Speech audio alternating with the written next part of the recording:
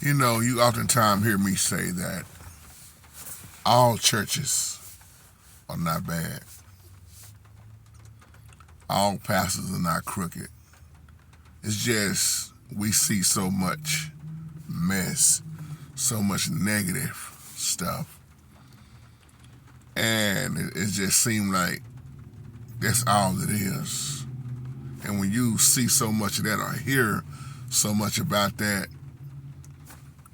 the churches that are helping, they get overlooked. I remember a time when churches would really help.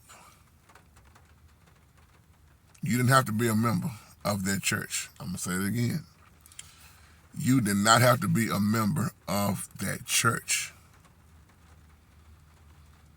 But you rarely see that nowadays. I remember when churches would help you pay your rent, your light bill, giving you groceries. Every preacher wasn't a money-hungry, begging preacher. There are preachers who would come out of their own pocket. Here you go, sister. Here you go, brother. I know you lost your job. Here's $300-400 for your family, man. This is not a loan. You don't have to pay this back. But you rarely see that. You rarely see that. That's when the church would be just like the early church in the Bible.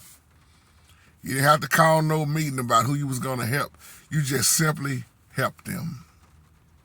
And when it was a woman that had to bury her husband, had children left, there wasn't even no discussion about it.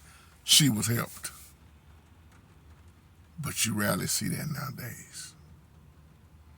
You rarely hear preachers come with fire and brimstone messages. I remember when a whole neighborhood would come together.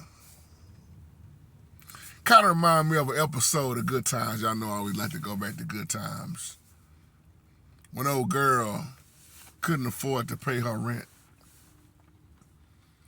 And they had a rent party. And they took up all the money and gave it to her. Man, the whole project came together. Because they knew that woman couldn't afford to pay her rent. There was a time when people would really come together.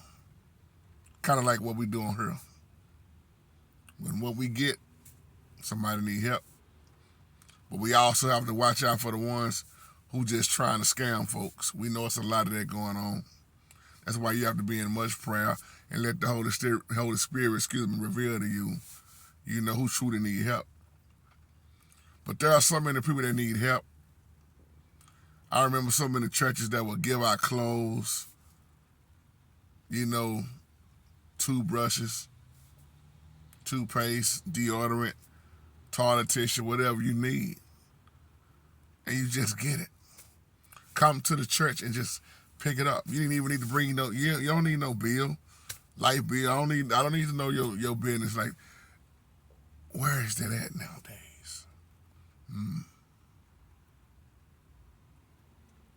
Now you can't hardly get help unless you a member there. Brother James, you was looking at my old videos of the angry preacher. Those skits, man, I'm acting out what I truly saw. Those skits, brother, is showing you the truth of churches I came out of. Angry preachers, angry deacons. I always got to have a meeting on top of a meeting about mess, nonsense. It ain't got nothing to do with really helping folks. It's just tradition, religion, tradition of men. In reality, we know people out here, man, need help. I remember when churches would help you with your mortgage. Come together. And the reason why I'm saying is because as long as we're left around here, as things take a more and more turn for the worse, people need each other more than they think.